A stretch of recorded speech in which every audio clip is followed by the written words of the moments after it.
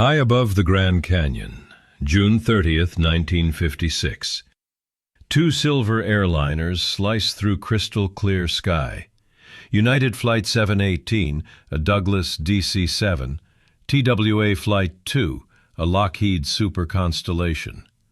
128 lives, trusting the heavens. A routine altitude request approved. No one warns the other crew. 10:31 a.m. Metal tears metal. Fireball. Wreckage rains into the abyss. America's deadliest air disaster. In that moment, the skies demanded control. This is how we tamed them. Before we dive into the story, take a moment to like and subscribe, and help keep history alive.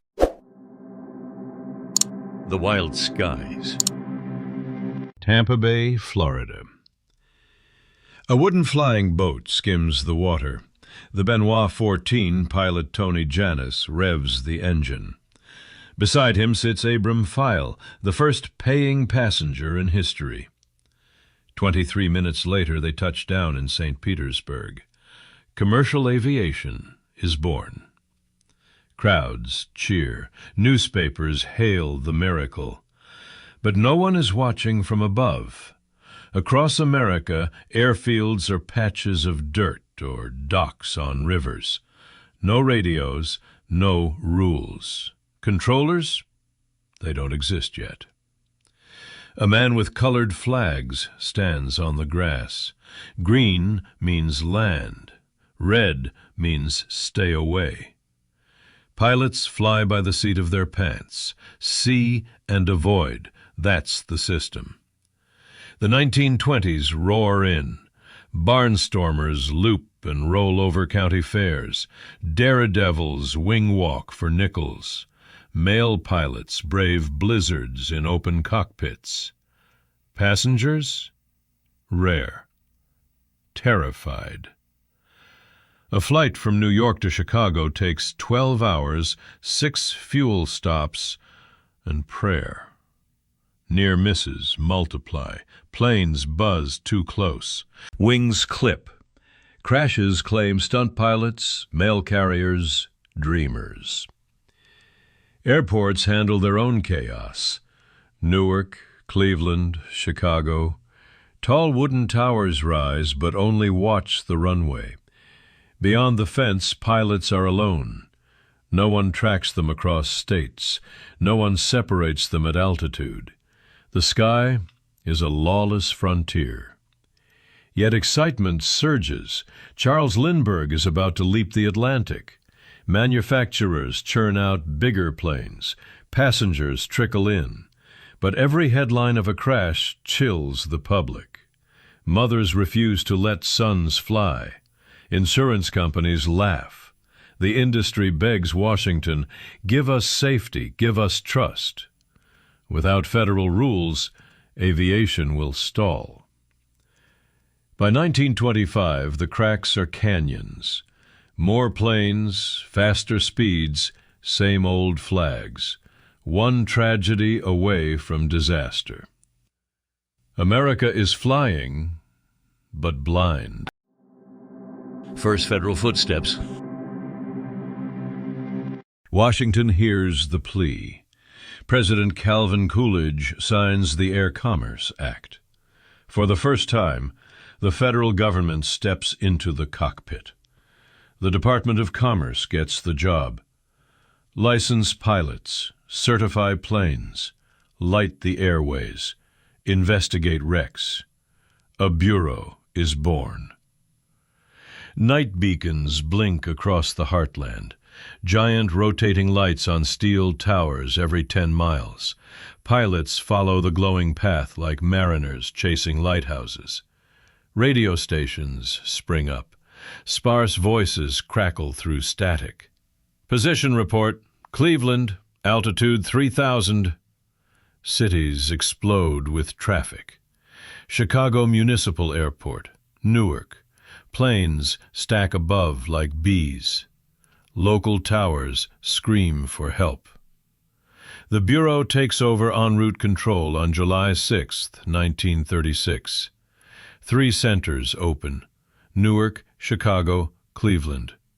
Controllers sit before maps, moving wooden markers with long poles.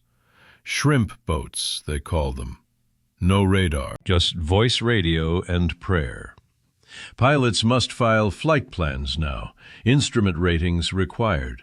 Planes need approved engines, lights, radios. The wild skies begin to feel rains. Accidents drop. Passenger numbers climb. A woman boards in a fur coat, no longer clutching rosary beads. Yet gaps remain. Military pilots ignore civil rules. Weather forecasting is guesswork. Controllers work 12-hour shifts in smoky rooms. One missed radio call, one drifted course, and metal still meets metal. But the foundation hardens. Lights stretch coast to coast. Transcontinental flights shrink from days to hours. Hollywood stars fly to premieres. The public begins to believe the airplane is safe. Commerce demands more.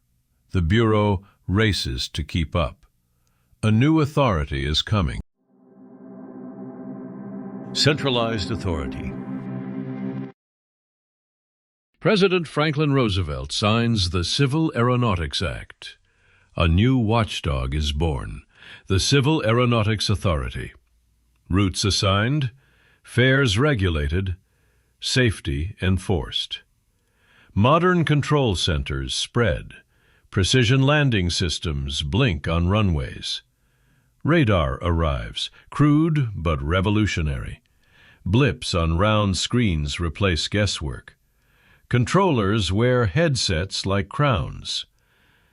Traffic 12 o'clock, 5 miles, opposite direction. Voices calm, lives in their hands. Military and civilian skies begin to separate. The war accelerates everything. Factories spit out planes. Pilots train by thousands. Radar towers bristle on coasts. Yet the peace brings boom and peril. Passenger numbers soar, from hundreds to millions. Planes climb higher, faster. Jet streams discovered. But mid-air collisions spike. An FAA report later counts 410 civil crashes between 1938 and 1960. 32 involve airliners. 456 dead. Controllers see the blips merge and can do nothing. Delays plague hubs. Passengers fume in terminals.